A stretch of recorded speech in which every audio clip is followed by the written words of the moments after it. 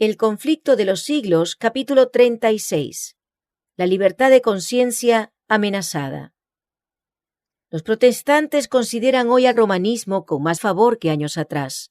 En los países donde no predomina y donde los partidarios del Papa siguen una política de conciliación para ganar influjo, se nota una indiferencia creciente respecto a las doctrinas que separan a las iglesias reformadas de la jerarquía papal. Entre los protestantes está ganando terreno la opinión de que al fin y al cabo, en los puntos vitales, las divergencias no son tan grandes como se suponía, y que unas pequeñas concesiones de su parte los pondrían en mejor inteligencia con Roma. Tiempo hubo en que los protestantes estimaban altamente la libertad de conciencia adquirida a costa de tantos sacrificios. Enseñaban a sus hijos a tener en aborrecimiento al papado y sostenían que tratar de congeniar con Roma equivaldría a traicionar la causa de Dios. Pero cuán diferentes son los sentimientos expresados hoy. Los defensores del papado declaran que la Iglesia ha sido calumniada y el mundo protestante se inclina a creerlo. Muchos sostienen que es injusto juzgar a la Iglesia de nuestros días por las abominaciones y los absurdos que la caracterizaron cuando dominaba en los siglos de ignorancia y de tinieblas.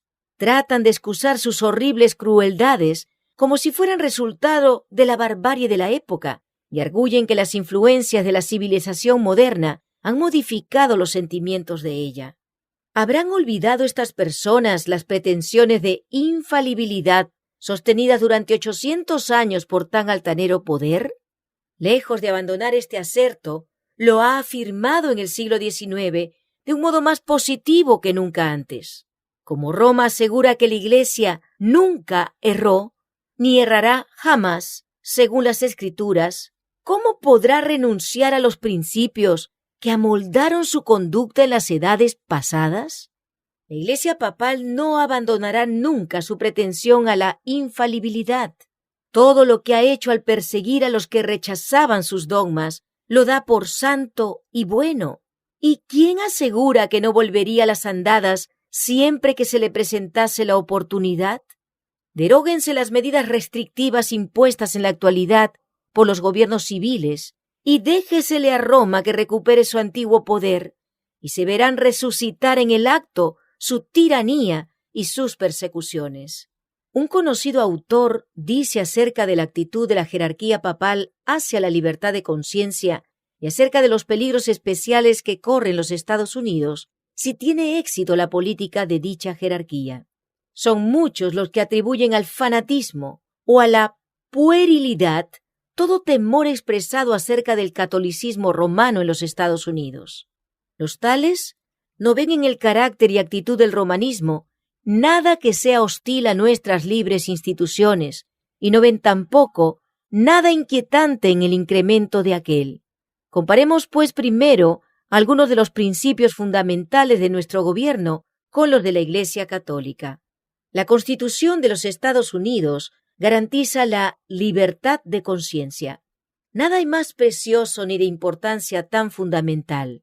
El Papa Pío IX, en su encíclica del 15 de agosto de 1854, dice: «Las doctrinas o extravagancias absurdas y erróneas en favor de la libertad de conciencia son uno de los errores más pestilentes, una de las pestes que más se debe temer en un Estado». El mismo Papa, en su encíclica del 8 de diciembre de 1864, anatematizó a los que sostienen la libertad de conciencia y de cultos, como también a cuantos aseveran que la Iglesia no puede emplear la fuerza. El tono pacífico que Roma emplea en los Estados Unidos no implica un cambio de sentimientos. Es tolerante cuando es impotente. El obispo O'Connor dice: «La libertad religiosa se soporta tan solo hasta que se pueda practicar lo opuesto sin peligro para el mundo católico». El arzobispo de St. Louis dijo un día: «La herejía y la incredulidad son crímenes». Y en los países cristianos como Italia y España, por ejemplo, donde todo el pueblo es católico y donde la religión católica es parte esencial de la ley del país, se las castiga como a los demás crímenes. Todo cardenal, arzobispo y obispo de la Iglesia Católica presta un juramento de obediencia al Papa, en el cual se encuentran las siguientes palabras: «Me opondré a los herejes, cismáticos y rebeldes contra nuestro Señor el Papa o sus sucesores, y los perseguiré con todo mi poder». Es verdad que hay verdaderos cristianos en la Iglesia Católica Romana. En ella, millares de personas sirven a Dios según las mejores luces que tienen. Les es prohibido leer su palabra, debido a lo cual no pueden discernir la verdad. Nunca han visto el contraste que existe entre el culto o servicio vivo rendido con el corazón y una serie de meras formas y ceremonias. Dios mira con tierna misericordia a esas almas educadas en una fe engañosa e insuficiente. Hará penetrar rayos de luz a través de las tinieblas que las rodean. Les revelará la verdad tal cual es en Jesús, y muchos se unirán aún a su pueblo. Pero el romanismo como sistema no está actualmente más en armonía con el Evangelio de Cristo que en cualquier otro período de su historia. Las iglesias protestantes se hallan sumidas en grandes tinieblas, pues de lo contrario, discernirían las señales de los tiempos. La Iglesia romana abarca mucho en sus planes y modos de operación.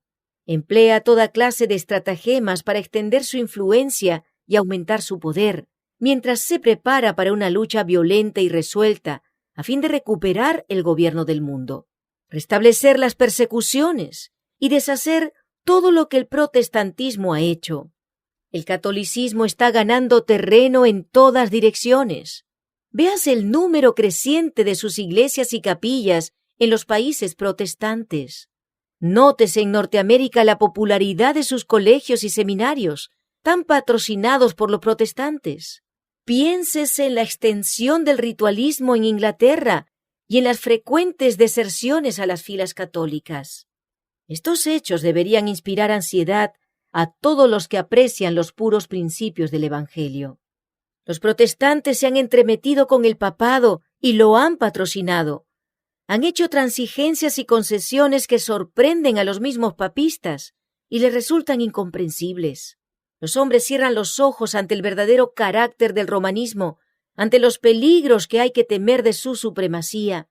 Hay necesidad de despertar al pueblo para hacerle rechazar los avances de este enemigo peligrosísimo de la verdad civil y religiosa. Muchos protestantes suponen que la religión católica no es atractiva y que su culto es una serie de ceremonias áridas y sin significado. Pero están equivocados. Si bien el romanismo se basa en el engaño, no es una impostura grosera ni desprovista de arte. El culto de la Iglesia romana es un ceremonial que impresiona profundamente. Lo brillante de sus ostentaciones y la solemnidad de sus tiros fascinan los sentidos del pueblo y acallan la voz de la razón y de la conciencia. Todo encanta a la vista: sus soberbias iglesias, sus procesiones imponentes, sus altares de oro, sus relicarios de joyas, sus pinturas escogidas y sus exquisitas esculturas. Todo apela al amor de la belleza. Al oído también se le cautiva. Su música no tiene igual. Los graves acordes del órgano poderoso, unidos a la melodía de numerosas voces que resuenan y repercuten por entre las elevadas naves y columnas de sus grandes catedrales, no pueden dejar de producir en los espíritus impresiones de respeto y reverencia. Este esplendor, esta pompa y estas ceremonias exteriores, que no sirven más que para dejar burlados los anhelos de las almas enfermas de pecado, son clara evidencia de la corrupción interior. La religión de Cristo no necesita de tales atractivos para hacerse recomendable. Bajo los rayos de luz que emite la cruz, el verdadero cristianismo se muestra tan puro y tan hermoso que ninguna decoración externa puede realzar su verdadero valor. Es la hermosura de la santidad, o sea, un espíritu manso y apacible, lo que tiene valor delante de Dios. La brillantez del estilo no es necesariamente indicio de pensamientos puros y elevados. Encuéntranse a menudo conceptos del arte y refinamientos del gusto en espíritus carnales y sensuales. Satanás suele valerse a menudo de ellos para hacer olvidar a los hombres las necesidades del alma, para hacerles perder de vista la vida futura e inmortal, para alejarlos de su Salvador infinito e inducirlos a vivir para este mundo solamente. Una religión de ceremonias exteriores es propia para atraer al corazón irregenerado. La pompa y el ceremonial del culto católico ejercen un poder seductor, fascinador, que engaña a muchas personas, las cuales llegan a considerar a la Iglesia romana como la verdadera puerta del cielo. Solo pueden resistir su influencia los que pisan con pie firme en el fundamento de la verdad y cuyos corazones han sido regenerados por el Espíritu de Dios. Millares de personas que no conocen por experiencia a Cristo serán llevadas a aceptar las formas de una piedad sin poder. Semejante religión es precisamente lo que las multitudes desean. El hecho de que la Iglesia asevere tener el derecho de perdonar pecados induce a los romanistas a sentirse libres para pecar, y el mandamiento de la confesión, sin la cual ella no otorga su perdón, tiende además a dar bríos al mal. El que se arrodilla ante un hombre caído y le expone en la confesión los pensamientos y deseos secretos de su corazón, rebaja su dignidad y degrada todos los nobles instintos de su alma. Al descubrir los pecados de su alma, un sacerdote mortal, desviado y pecador, y demasiado a menudo corrompido por el vino y la impureza, el hombre rebaja el nivel de su carácter y, consecuentemente, se corrompe. La idea que tenía de Dios resulta envilecida a semejanza de la humanidad caída, pues el sacerdote hace el papel de representante de Dios. Esta confesión degradante de hombre a hombre es la fuente secreta de la cual ha brotado gran parte del mal que está corrompiendo al mundo y lo está preparando para la destrucción final. Sin embargo, para todo aquel a quien le agrada satisfacer sus malas tendencias, es más fácil confesarse con un pobre mortal que abrir su alma a Dios. Es más grato a la naturaleza humana hacer penitencia que renunciar al pecado. Es más fácil mortificar la carne usando cilicios, ortigas y cadenas desgarradoras que renunciar a los deseos carnales.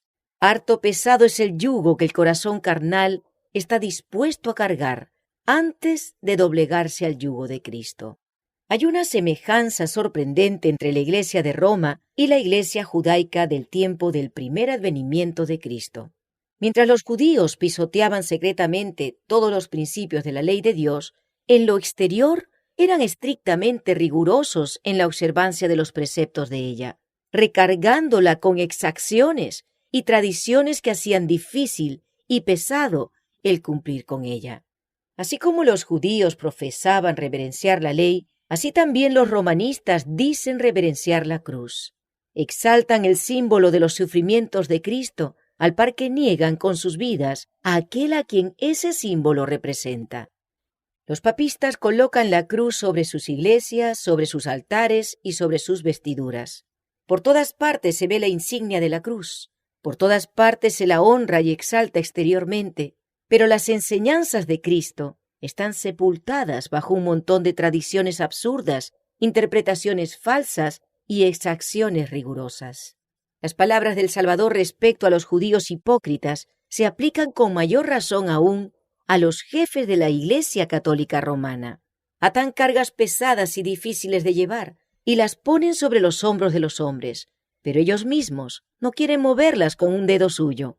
Almas concienzudas quedan presa constante del terror, temiendo la ira de un Dios ofendido, mientras muchos de los dignatarios de la Iglesia viven en el lujo y los placeres sensuales.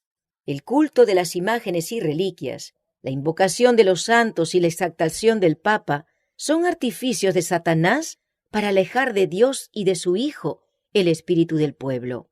Para asegurar su ruina, se esfuerza en distraer su atención del único que puede asegurarles la salvación.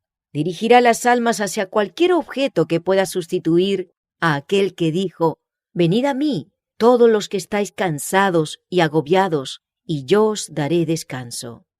Satanás se esfuerza siempre en presentar de un modo falso el carácter de Dios, la naturaleza del pecado y las verdaderas consecuencias que tendrá la gran controversia. Sus sofismas debilitan el sentimiento de obligación para con la ley divina y dan a los hombres libertad para pecar. Al mismo tiempo, les hace aceptar falsas ideas acerca de Dios de suerte que le miran con temor y odio más bien que con amor. Atribuye al Creador la crueldad inherente a su propio carácter, la incorpora en sistemas religiosos y le da expresión en diversas formas de culto. Sucede así que las inteligencias de los hombres son cegadas y Satanás se vale de ellos como de sus agentes para hacer la guerra a Dios.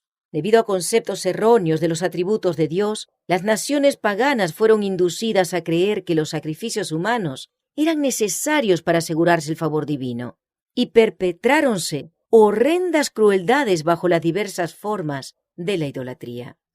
La Iglesia Católica Romana, al unir las formas del paganismo con las del cristianismo y al presentar el carácter de Dios bajo falsos colores, como lo presentaba el paganismo, recurrió a prácticas no menos crueles, horrorosas y repugnantes.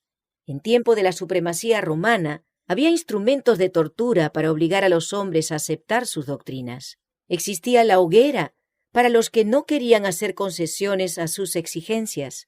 Hubo horribles matanzas de tal magnitud que nunca será conocida hasta que sea manifestada en el día del juicio. Dignatarios de la Iglesia, dirigidos por su maestro Satanás, se afanaban por idear nuevos refinamientos de tortura que hicieran padecer lo indecible sin poner término a la vida de la víctima. En muchos casos, el proceso infernal se repetía hasta los límites extremos de la resistencia humana, de manera que la naturaleza quedaba rendida y la víctima suspiraba por la muerte como por dulce alivio. Tal era la suerte de los adversarios de Roma. Para sus adherentes disponía de la disciplina del azote, del tormento del hambre y de la sed, y de las mortificaciones corporales más lastimeras que se puedan imaginar. Para asegurarse el favor del cielo, los penitentes violaban las leyes de Dios al violar las leyes de la naturaleza. Se les enseñaba a disolver los lazos que Dios instituyó para bendecir y amenizar la estada del hombre en la tierra. Los cementerios encierran millones de víctimas que pasaron la vida luchando en vano para dominar los afectos naturales, para refrenar como ofensivos a Dios todo pensamiento y sentimiento de simpatía hacia sus semejantes.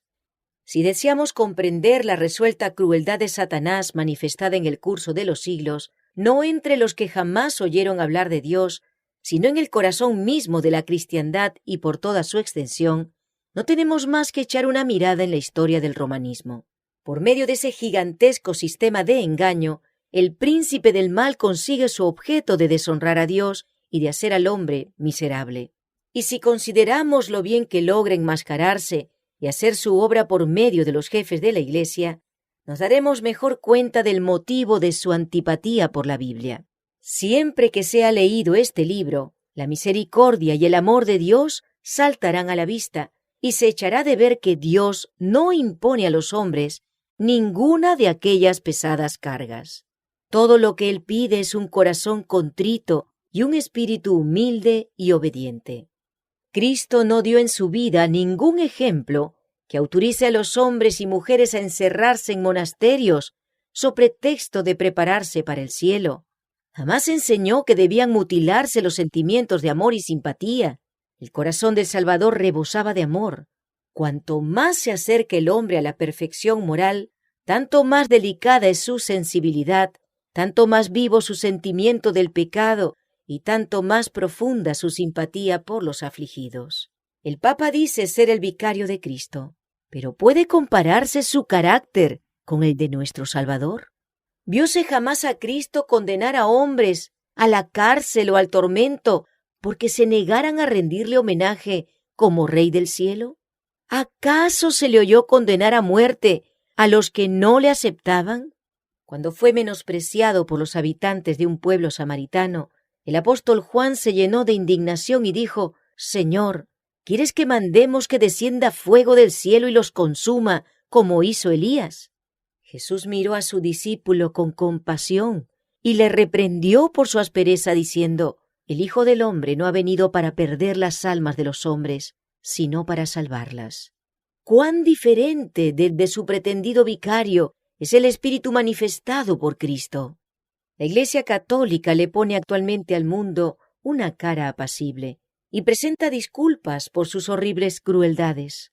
Se ha puesto vestiduras como las de Cristo, pero en realidad no ha cambiado. Todos los principios formulados por el papismo en edades pasadas subsisten en nuestros días. Las doctrinas inventadas en los siglos más tenebrosos siguen profesándose aún. Nadie se engañe. El papado que los protestantes están ahora tan dispuestos a honrar es el mismo que gobernaba el mundo en tiempos de la Reforma, cuando se levantaron hombres de Dios con peligro de sus vidas para denunciar la iniquidad de él. El romanismo sostiene las mismas orgullosas pretensiones con que supo dominar sobre reyes y príncipes y arrogarse las prerrogativas de Dios. Su espíritu no es hoy menos cruel ni despótico que cuando destruía la libertad humana y mataba a los santos del Altísimo. El papado es precisamente lo que la profecía declaró que sería la apostasía de los postreros días. Forma parte de su política asumir el carácter que le permita realizar mejor sus fines, pero bajo la apariencia variable del camaleón, oculta el mismo veneno de la serpiente. Declara: no hay que guardar la palabra empeñada con herejes ni con personas sospechosas de herejía. ¿Será posible que este poder cuya historia se escribió durante 1000 años con la sangre de los santos sea ahora reconocido como parte de la Iglesia de Cristo? No sin razón se ha asegurado que en los países protestantes el catolicismo no difiere ya tanto del protestantismo como antes. Se ha verificado un cambio, pero no es el papado el que ha cambiado. El catolicismo se parece mucho en verdad al protestantismo de hoy día, debido a lo mucho que éste ha degenerado desde los días de los reformadores. Mientras las iglesias protestantes han estado buscando el favor del mundo, una falsa caridad las ha cegado. Se figuran que es justo pensar bien de todo mal, y el resultado, inevitable, será que al fin pensarán mal de todo bien. En lugar de salir en defensa de la fe que fue dada antiguamente a los santos, no parecen sino disculparse ante Roma por haberla juzgado con tan poca caridad y pedirle perdón por la estrechez de miras que manifestaron. Muchos, aun entre los que no favorecen al romanismo, se dan poca cuenta del peligro con que les amenaza el poder y la influencia de Roma. Insisten en que las tinieblas intelectuales y morales que prevalecían en la Edad Media favorecían la propagación de sus dogmas y supersticiones, junto con la opresión, y que el mayor caudal de inteligencia de los tiempos modernos, la difusión general del conocimientos y la libertad siempre mayor en materia de religión, impiden el reavivamiento de la intolerancia y de la tiranía. Se ridiculiza la misma idea de que pudiera volver un estado de cosas semejante en nuestros tiempos de luces. Es verdad que sobre esta generación brilla mucha luz intelectual, moral y religiosa. De las páginas abiertas de la santa palabra de Dios ha brotado luz del cielo sobre la tierra, pero no hay que olvidar que cuanto mayor sea la luz concedida, tanto más densas también son las tinieblas de aquellos que la pervierten o la rechazan. Un estudio de la Biblia hecho con oración mostraría a los protestantes el verdadero carácter del papado y se lo haría aborrecer y rehuir. Pero muchos son tan sabios en su propia opinión que no sienten ninguna necesidad de buscar humildemente a Dios para ser conducidos a la verdad. Aunque se enorgullecen de su ilustración, desconocen tanto las Sagradas Escrituras como el poder de Dios. Necesitan algo para calmar sus conciencias y buscan lo que es menos espiritual y humillante. Lo que desean es un modo de olvidar a Dios, pero que parezca recordarlo. El papado responde perfectamente a las necesidades de todas esas personas. Es adecuado a dos clases de seres humanos que abarcan casi a todo el mundo: los que quisieran salvarse por sus méritos y los que quisieran salvarse en sus pecados. Tal es el secreto de su poder. Ha quedado probado cuánto favorecieron el éxito del papado los períodos de tinieblas intelectuales. También quedará demostrado que una época de grandes luces intelectuales es igualmente favorable a su triunfo. En otro tiempo, cuando los hombres no poseían la palabra de Dios ni conocían la verdad, sus ojos estaban vendados y miles cayeron en la red que no veían tendida a sus pies. En esta generación, son muchos aquellos cuyos ojos están ofuscados por el brillo de las especulaciones humanas, o sea, por la falsamente llamada ciencia. No alcanzan a ver la red y caen en ella tan fácilmente como si tuviesen los ojos vendados. Dios dispuso que las facultades intelectuales del hombre fuesen consideradas como don de su Creador y que fuesen empleadas en provecho de la verdad y de la justicia. Pero cuando se fomenta el orgullo y la ambición, y los hombres exaltan sus propias teorías por encima de la palabra de Dios, entonces la inteligencia puede causar mayor perjuicio que la ignorancia.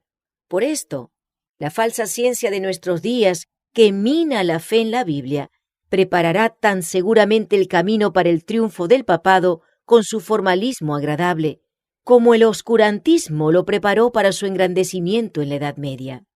En los movimientos que se realizan actualmente en los Estados Unidos de Norteamérica para asegurar el apoyo del Estado a las instituciones y prácticas de la Iglesia, los protestantes están siguiendo las huellas de los papistas.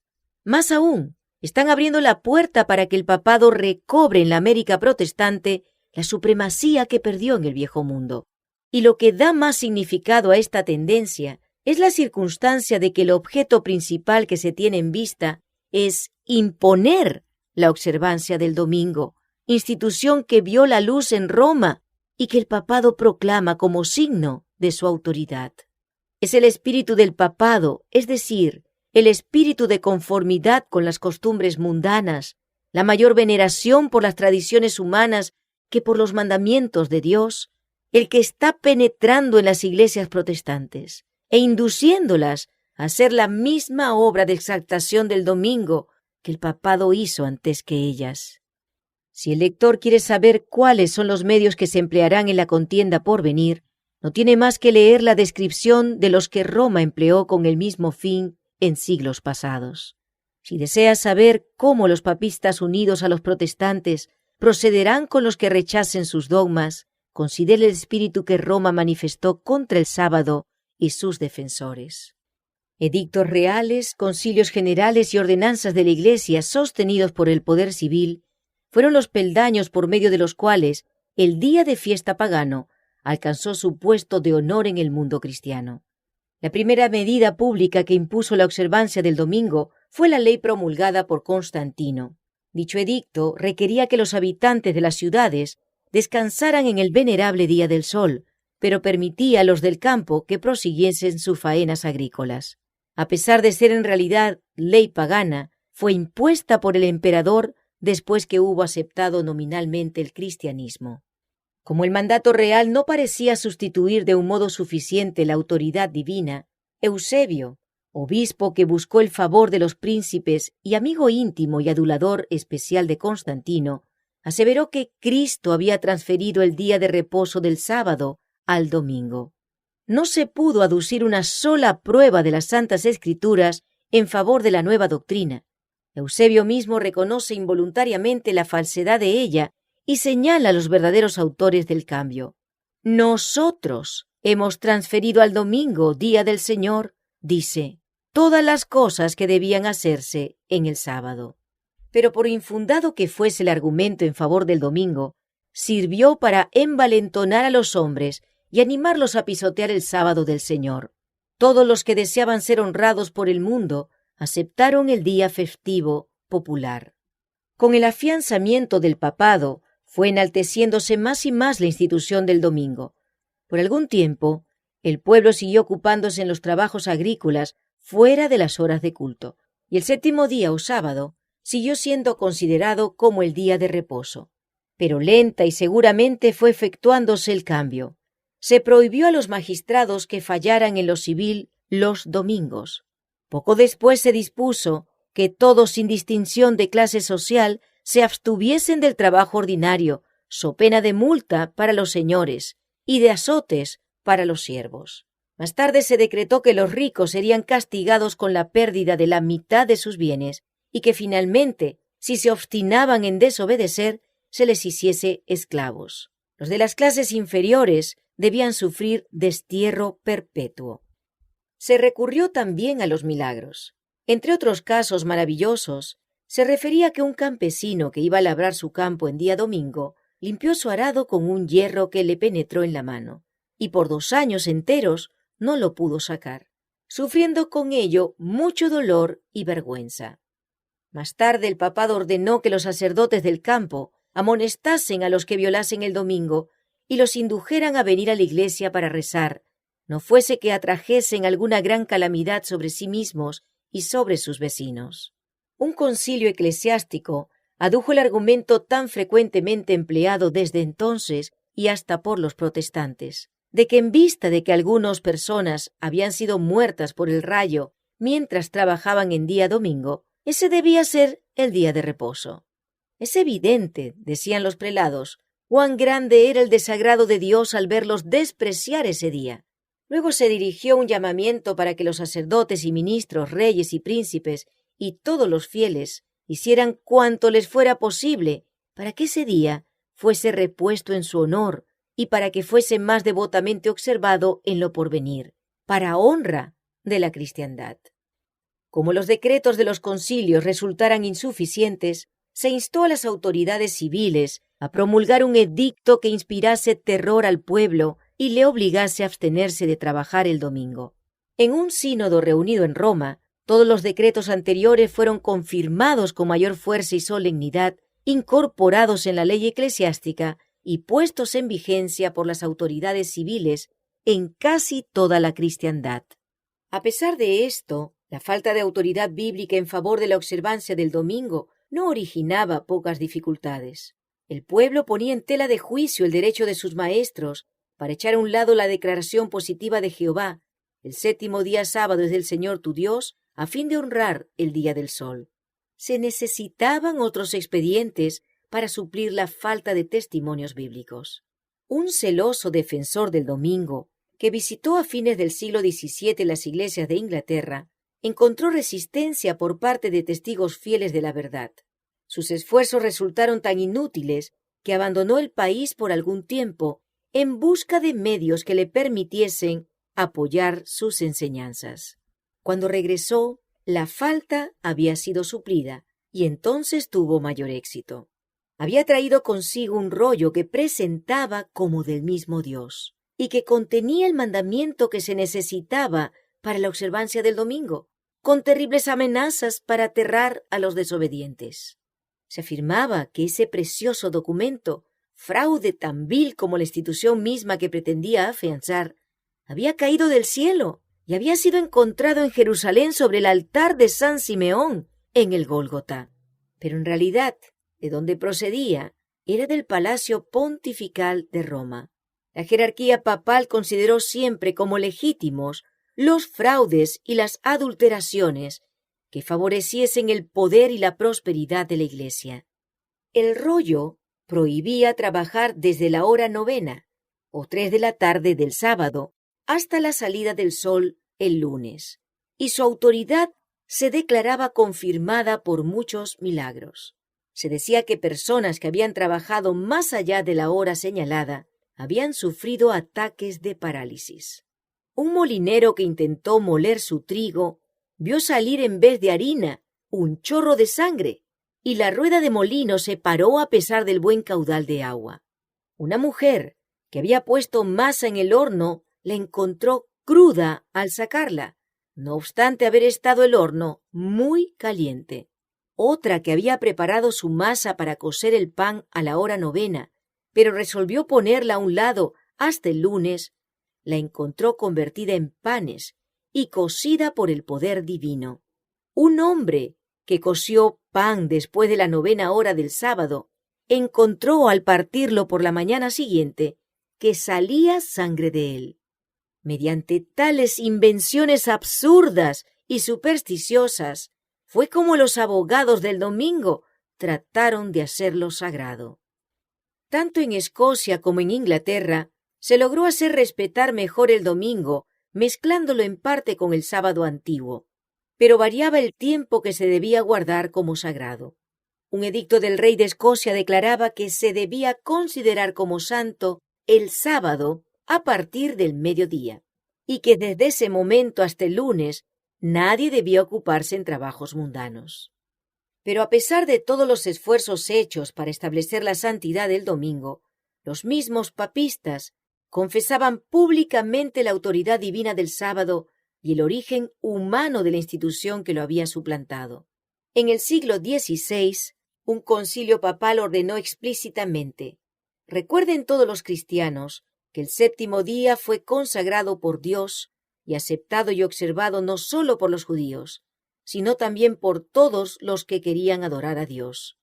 No obstante, nosotros los cristianos hemos cambiado el sábado de ellos en el día del Señor, domingo. Los que estaban pisoteando la ley divina no ignoraban el carácter de la obra que estaban realizando. Se estaban colocando deliberadamente por encima de Dios. Un ejemplo sorprendente de la política de Roma contra los que no concuerdan con ella se encuentra en la larga y sangrienta persecución de los valdenses, algunos de los cuales observaban el sábado. Otros sufrieron de modo parecido por su fidelidad al cuarto mandamiento. La historia de las iglesias de Etiopía o Abisinia es especialmente significativa.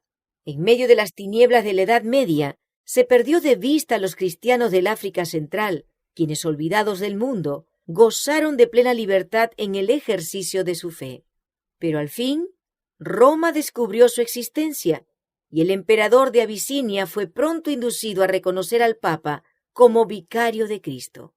Esto fue principio de otras concesiones. Se proclamó un edicto que prohibía la observancia del sábado, bajo las penas más severas. Pero la tiranía papal se convirtió luego en yugo tan amargo que los abisinios resolvieron sacudirlo.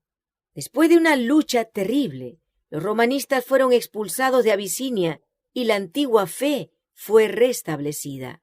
Las iglesias se regocijaron en su libertad y no olvidaron jamás la lección que habían aprendido respecto al engaño, al fanatismo y al poder despótico de Roma.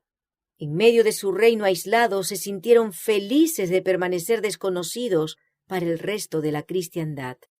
Las iglesias de África observaban el sábado como lo había observado la iglesia papal antes de su completa apostasía.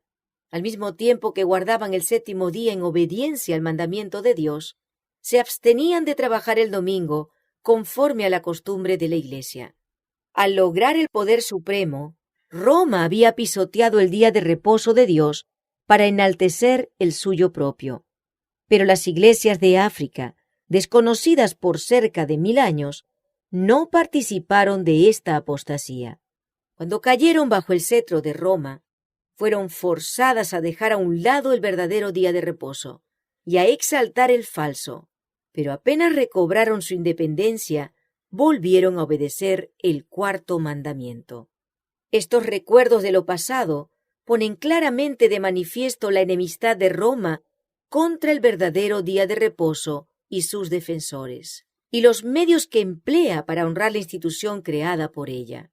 La palabra de Dios nos enseña que estas escenas han de repetirse cuando los católicos romanos y los protestantes se unan para exaltar el domingo. La profecía del capítulo 13 del Apocalipsis declara que el poder representado por la bestia de cuernos, semejantes a los de un cordero, haría que la tierra y los que en ella habitan adorasen al papado, que está simbolizado en ese capítulo por una bestia parecida a un leopardo.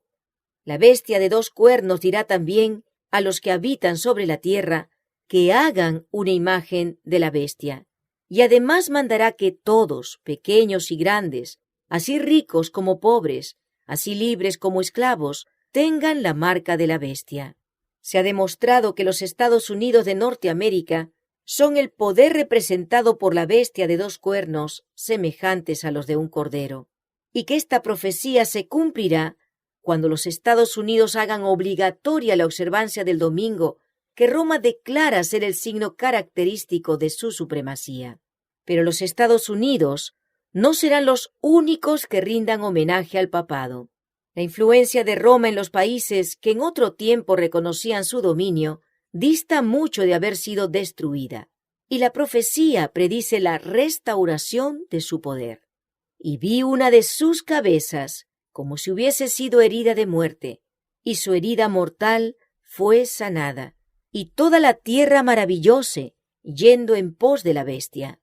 La herida mortal que le fue ocasionada se refiere a la caída del papado en 1798. Después de eso, dice el profeta, su herida mortal fue sanada, y toda la tierra maravillóse, yendo en pos de la bestia. San Pablo dice claramente que el hombre de pecado subsistirá hasta el segundo advenimiento. Proseguirá su obra de engaño hasta el mismo fin del tiempo. Y el revelador declara, refiriéndose también al papado: todos los que moran en la tierra le adoraron, cuyos nombres no están escritos en el libro de la vida. Tanto en el viejo como en el nuevo mundo se le tributará homenaje al papado por medio del honor que se conferirá a la institución del domingo, la cual descansa únicamente sobre la autoridad de la Iglesia romana. Desde mediados del siglo XIX, los que estudian la profecía en los Estados Unidos han presentado este testimonio ante el mundo. En los acontecimientos que están desarrollándose actualmente, especialmente en dicho país, se ve un rápido avance hacia el cumplimiento de dichas predicciones. Los maestros protestantes presentan los mismos asertos de autoridad divina en favor de la observancia del domingo y adolecen de la misma falta de evidencias bíblicas que los dirigentes papales cuando fabricaban milagros para suplir la falta de un mandamiento de Dios. Se repetirá el aserto de que los juicios de Dios caerán sobre los hombres en castigo por no haber observado el domingo como día de reposo. Ya se oyen voces en este sentido, y un movimiento en favor de la observancia obligatoria del domingo está ganando cada vez más terreno. La sagacidad y astucia de la Iglesia romana asombran. Puede leer el porvenir. Se da tiempo viendo que las iglesias protestantes le están rindiendo homenaje con la aceptación del falso día de reposo y que se preparan a imponerlo con los mismos medios que ella empleó en tiempos pasados.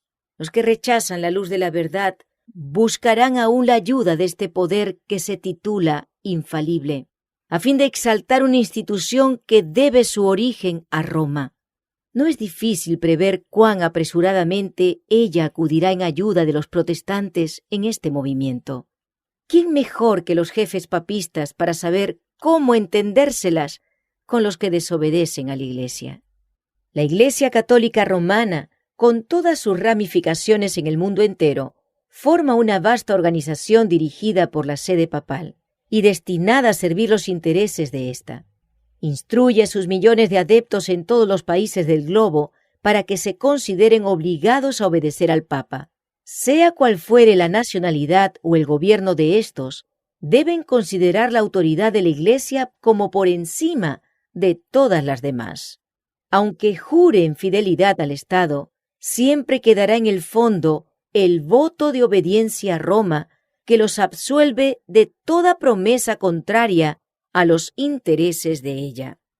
La historia prueba lo astuta y persistente que es en sus esfuerzos por inmiscuirse en los asuntos de las naciones y para favorecer sus propios fines, aun a costa de la ruina de príncipes y pueblos, una vez que logró entrar.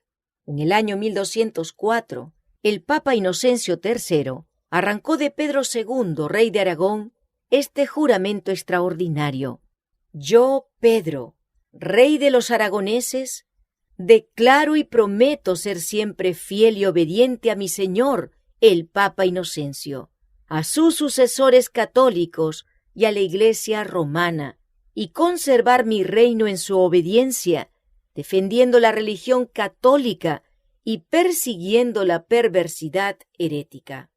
Esto está en armonía con las pretensiones del pontífice romano con referencia al poder, de que él tiene derecho de deponer emperadores y de que puede desligar a los súbditos de la lealtad debida a gobernantes perversos. Y téngase presente que Roma se jacta de no variar jamás. Los principios de Gregorio VII y de Inocencio III son aún los principios de la Iglesia Católica Romana, y si sólo tuviese el poder, los pondría en vigor con tanta fuerza hoy como en siglos pasados. Pocos saben los protestantes lo que están haciendo al proponerse aceptar la ayuda de Roma en la tarea de exaltar el domingo.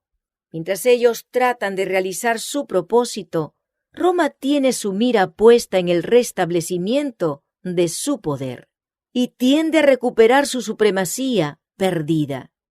Establezcase en los Estados Unidos el principio de que la Iglesia puede emplear o dirigir el poder del Estado, que las leyes civiles pueden hacer obligatoria las observancias religiosas.